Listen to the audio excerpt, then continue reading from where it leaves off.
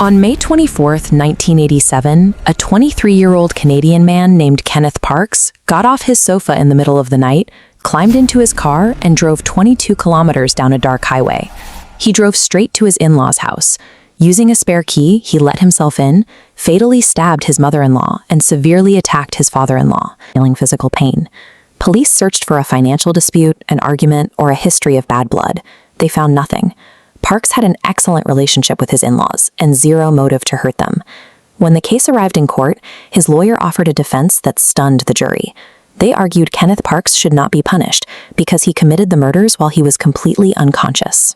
Criminal law requires two specific elements for a conviction. First, the physical act of committing the crime. Second, the guilty mind, the conscious, willing intent to do harm. Parks undeniably held the knife, but if his brain was offline, his conscious mind never formed an intent to kill. The case forced the jury to decide how to punish a violent act when the mind behind it was completely absent. To understand crimes committed asleep, we look at somnambulism. This visual timeline outlines a sleep cycle, broken into 90 to 110-minute blocks of NREM and REM phases. You might assume sleepwalking happens during vivid REM dreams, but it actually occurs during our deepest rest, stage 3 NREM. During this stage, a neurological overlap occurs.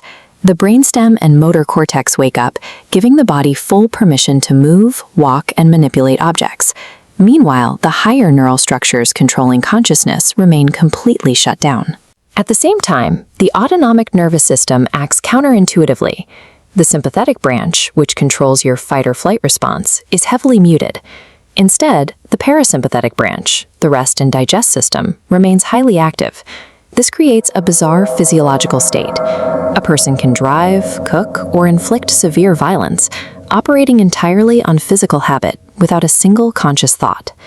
Because of the overwhelming medical evidence proving he was in a deep stage 3 NREM sleep, the jury acquitted Kenneth Parks. He walked out of the courtroom a free man. The verdict established a potent legal precedent. Biology could legally serve as an ironclad alibi, offering a pathway for violent criminals to evade justice. 10 years later, an Arizona man named Scott Falater attempted that exact defense. He stabbed his wife 44 times, insisting he was completely sleepwalking, but investigators found a trail of deliberate actions. Falater had taken on the weapon, a hunting knife, and hidden it in the spare tire compartment of his car. He then removed his bloody clothes, concealed them in a plastic bag, and put on gloves before returning to his wife's body. Medical experts testified that genuine stage 3 sleepwalking involves habitual, blunt movements. It cannot accommodate lengthy, highly purposeful attempts to cover up a crime scene. The jury convicted him of first-degree murder.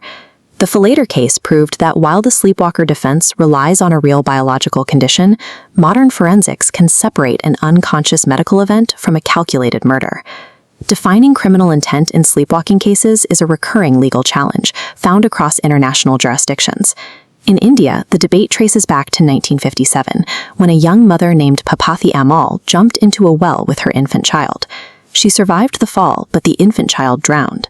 When the case reached the Madras High Court, the judges issued a landmark ruling.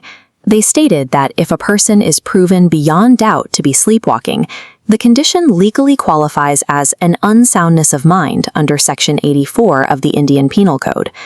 Yet, focusing on high-profile criminal cases ignores the much larger reality. Roughly 7% of the global population will experience sleepwalking at least once, and for them, the real danger is rarely hurting someone else.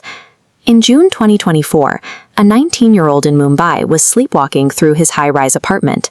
He wandered onto a 6th-floor balcony that had no safety grill, fell off the edge, and tragically lost his life.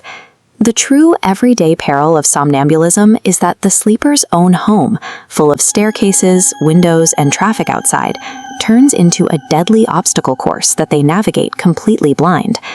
If you live with a regular sleepwalker, securing the environment is critical. Install safety gates on stairs, lock doors and windows tightly, and ensure all sharp objects are entirely out of reach before nightfall.